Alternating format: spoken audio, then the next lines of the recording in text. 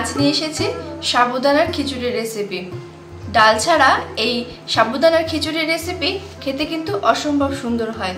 আর কিভাবে তৈরি করেছি সম্পূর্ণ নিরামিষ পদ্ধতিতে সেটাই আপনাদের সাথে শেয়ার করব। এখন চলছে শ্রাবণ মাস। এই সময় শ্রাবণ মাসের সোমবার যারা আপনারা পালন করেন, শিবের মাথায় জল ঢেলে নিরামিষ খান, তারা এই সাবুর খিচুড়ি তৈরি করে খেতে পারেন। কিভাবে এই সাবুদানার খিচুড়ি একদম ঝরঝরে তৈরি হবে তার সমস্ত রকম টিপস আপনাদের সাথে শেয়ার করব। তাহলে চলুন রেসিপিটা শুরু করা যাক। আর সাথে আছে আমি সুস্মিতা, আপনারা দেখছেন আমার চ্যানেল পালপাড়ের কিচেন। সাবুর খিচুড়ি তৈরি করার জন্য আমি মেজারমেন্ট কাপের মধ্যে এটা নিয়ে নিয়েছি, একটা চায়ের কাপ। আপনাদের চায়ের কাপ তো সবার কাছেই থাকে, এরকম একটা চায়ের কাপে মেপে আপনারা সাবুদানাটা নিয়ে নেবেন। আমি 1 কাপ সাবুদানা নিয়ে নিয়েছি।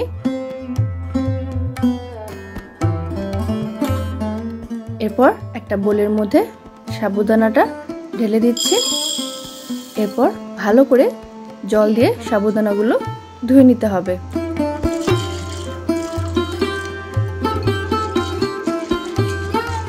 খুব ভালো করে সাবুদানাগুলো ধুয়ে নিতে হবে যাতে কোনো ময়লা না থাকে।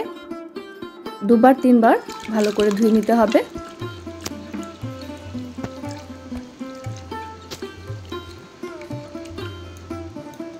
সাবুদানাগুলো ধুয়ে নেওয়া হয়ে গেছে। এরপর আমি যেই কাপ মেপে সাবুদানা নিয়েছিলাম সেই কাপের 1 কাপ জল দিয়ে সাবুদানাগুলো 4 ঘন্টার জন্য ভিজিয়ে রাখবো।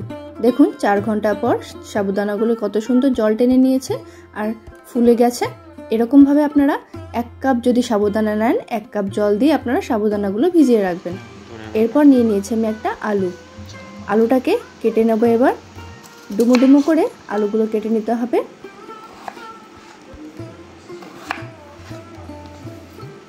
এই সাবুদানার খিচুড়িতে আমি এইরকমভাবে আলুগুলো কেটে ব্যবহার করছি। আপনারা চাইলে আর একটু ছোট সাইজও কেটে নিতে পারেন।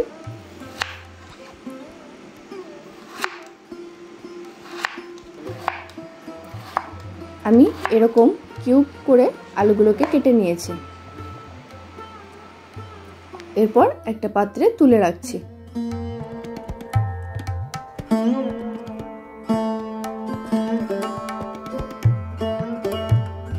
আলুগুলো কেটে নেওয়া হয়ে গেছে। এরপর আমি নিয়ে নিয়েছি লঙ্কা। কাঁচা লঙ্কাগুলোকে আমি এভাবে ছোট ছোট করে কুচি করে কেটে নিচ্ছি। এখানে ঝালটা আপনারা আপনাদের পছন্দ মতো দিয়ে নেবেন। আমি এখানে 2টো কাঁচা লঙ্কা ব্যবহার করেছি। লঙ্কাগুলো কুচানো হয়ে গেছে, তুলে রাখছি। এরপর নিয়েছি আদা। আমি এতটুকু আদা নিয়েছি। এরপর আদাটাকে খুব ভালোভাবে চপ করে নিতে হবে, একদম মিহি চপ করতে হবে।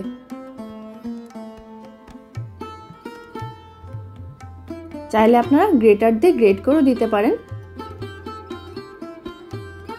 তবে পেস্ট এখানে ব্যবহার করবেন না। হয় গ্রেট করে দেবেন, না হয় এভাবে চপ করে দেবেন। আদাগুলো খুব ভালোভাবে চপ করে নেওয়া হয়ে গেছে, একটা বাটিতে তুলে নিয়েছি। এরপর নিয়ে নিয়েছি কিছু ধনেপাতা। ধনেপাতাগুলোকে ভালো করে চপ করে নিতে হবে।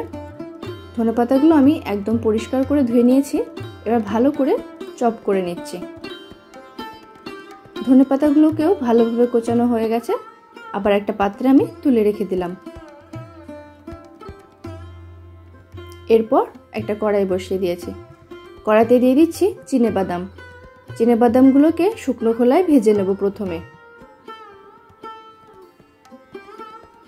চিনেবাদামগুলো যখন হালকা রং ধরতে শুরু করবে বা একদম মচমচে হয়ে যাবে, সেই সময় পর্যন্ত চিনেবাদামগুলোকে ভেজে নিতে হবে।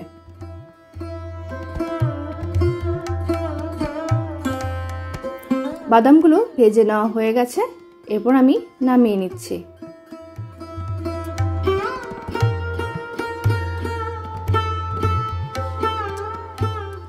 বাদামগুলো নামিয়ে আমি খোসা ছাড়িয়ে নিয়েছি। এরপর এগুলোকে ক্রাশ করে নেব। এরকম একটা হামানদিস্তার মধ্যে দিয়ে আমি বাদামগুলোকে ক্রাশ করে নিচ্ছি।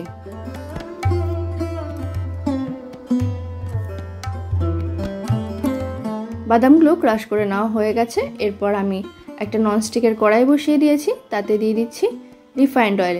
চাইলে আপনারা এটা ঘিতেও তৈরি করতে পারেন। তেল গরম হয়ে গেছে, ফোড়নে দিয়ে দিয়েছি গোটা জিরে। ফোড়নটা একটু নাড়াচাড়া করে নিয়েছি। এরপর দিয়ে দেব কেটে রাখা আলুগুলোকে।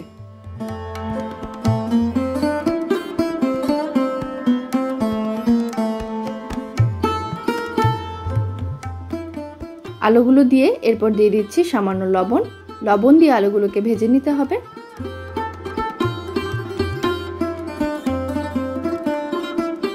নাড়াচাড়া করে আলুগুলো খুব ভালোভাবে ভেজে নিতে হবে। ঢাকনা দিয়ে একটু ঢেকে দিচ্ছি যাতে আলুগুলো সেদ্ধ হয়ে যায় খুব ভালোভাবে। ঢাকনাটা খুলে আবারও একটু নাড়াচাড়া করে দিচ্ছি আলুগুলোকে। আলুগুলো ভাজতে ভাজতে যাতে সেদ্ধ হয়ে যায় সেই রকমভাবেই কিন্তু আলুগুলোকে ভেজে নিতে হবে, যেহেতু এখানে আমি জল ব্যবহার করব না। আবারও ঢাকনা দিয়ে আলুগুলোকে আরেকটু সেদ্ধ করে নিয়েছিলাম। এরপর ঢাকনা তুলে আলুগুলোকে লাল লাল করে ভেজে নেব। আলুগুলোতে দেখুন একটু রং ধরতে শুরু করে দিয়েছে, আলুগুলো অর্ধেক ভাজা হয়ে গেছে। এই সময় আমি এখানে লঙ্কা কুচি আর আদাটাকে ব্যবহার করব।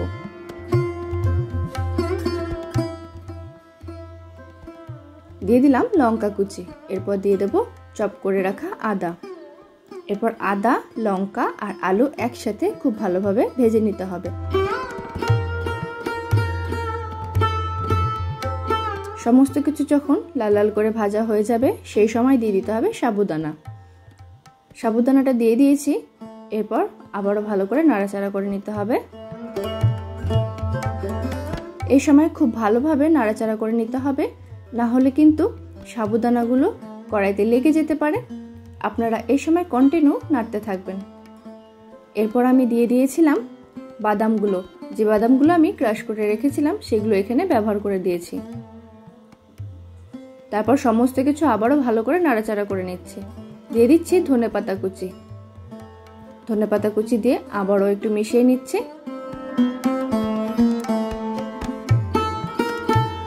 এরপর দিয়ে দেব কিছু গোটা বাদাম।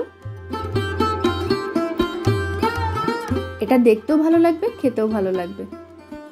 এই সাবুদানার খিচুড়িতে কিন্তু চিনে বাদামটা মাস্ট। আপনারা কিন্তু এটা দুরকম ভাবেই দেবেন, তাহলে খাওয়ার সময় যখন মুখে পড়বে খেতে কিন্তু অসম্ভব ভালো লাগে। দিয়ে দিলাম সামান্য লবণ। এখানে স্বাদ অনুসারে লবণটা ব্যবহার করবেন আপনারা। লবণ দিয়ে আবারও ভালো করে মিশিয়ে নিতে হবে। দেখুন সাবুদানাগুলো কিন্তু লেগে ধরেনি, কত সুন্দর ঝরঝরে হয়ে আছে। এরপর দিয়ে দেবো একটু গোলমরিচ গুঁড়ো। গোলমরিচ গুঁড়োটা টেস্ট আর ফ্লেভার দুটোই খুব সুন্দর হয়, তাই জন্য গোলমরিচ গুঁড়োটা অবশ্যই আপনারা এখানে ব্যবহার করবেন। গোলমরিচ গুঁড়ো দেওয়ার পর ভালোভাবে আবারও একটু নাড়াচাড়া করে মিশিয়ে নিয়েছি। অলমোস্ট এটা তৈরি হয়ে এসেছে। সব শেষে পাতিলেবুর রস দিয়ে আর একটু মিশিয়ে নিলেই তৈরি হয়ে যাবে ঝরঝরে সাবুদানার খিচুড়ি। এটা আপনারা কিন্তু অবশ্যই একবার বাড়িতে বানিয়ে দেখবেন।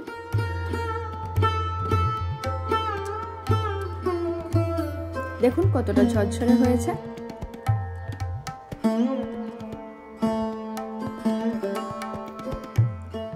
তৈরি হয়ে গেছে সাবুদানার খিচুড়ি। এটা আমি একটা প্লেটে এবার সার্ভ করে নিচ্ছি।